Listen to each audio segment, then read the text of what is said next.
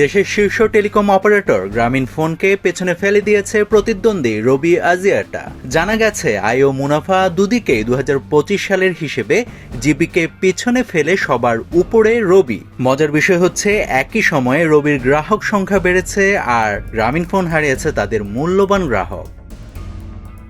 Company দুটোর আর্থিক প্রতিবেদন বলছে 2025 সালে গ্রামীণফোনের আয় এর আগের বছরের তুলনায় 0.2% কমেছে, মুনাফা কমেছে 18.6%। অন্যদিকে রবির আয় 0.4% এবং মুনাফা 33.3% বেড়েছে। কিন্তু কেন এই ওঠানামা? মূলত গ্রাহক সংখ্যা কমার কারণেই গ্রামীণফোনের এই হাল।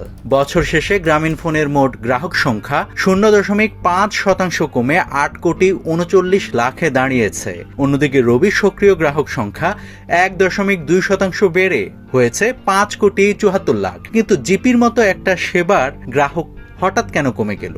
এর কারণটা কি আসলে? গ্রামীণফোনের কর্মকর্তারা জানান, বাংলাদেশের টেলিযোগাযোগ নিয়ন্ত্রণ কমিশন বিটিআরসি এর একটি নতুন নিয়মের জন্য তাদের গ্রাহক কমে যাচ্ছে। সেটি হচ্ছে বছরের শেষ প্রান্তিকে নিয়ন্ত্রক সংস্থাটি প্রতিটি জাতীয় পরিচয়পত্রের বিপরীতে সিমের নিবন্ধন সংখ্যা 15টি থেকে কমে 10টি করেছে। এর ফলে গ্রাহকদের বাড়তি সিমগুলো বন্ধ করে দিতে হয়েছে। গ্রামীণফোনের chief corporate affairs officer Tanvir Mohammad জানান, এই নিয়মের কারণে প্রায় 10 লাখ গ্রাহকের নিবন্ধন বাতিল হয়েছে।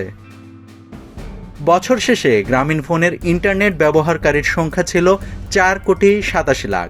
এটি তাদের মোট গ্রাহকের 58%। তাদের মধ্যে 4,46,00,000 4G ব্যবহার করেন। অন্যদিকে রবি সক্রিয় ইন্টারনেট ব্যবহারকারী ছিল 4,45,00,000। এটি তাদের মোট গ্রাহকের 77.5%। এদের মধ্যে 3,99,00,000 4G গ্রাহক। নাভিদ হাসান, সোনালী নিউজ।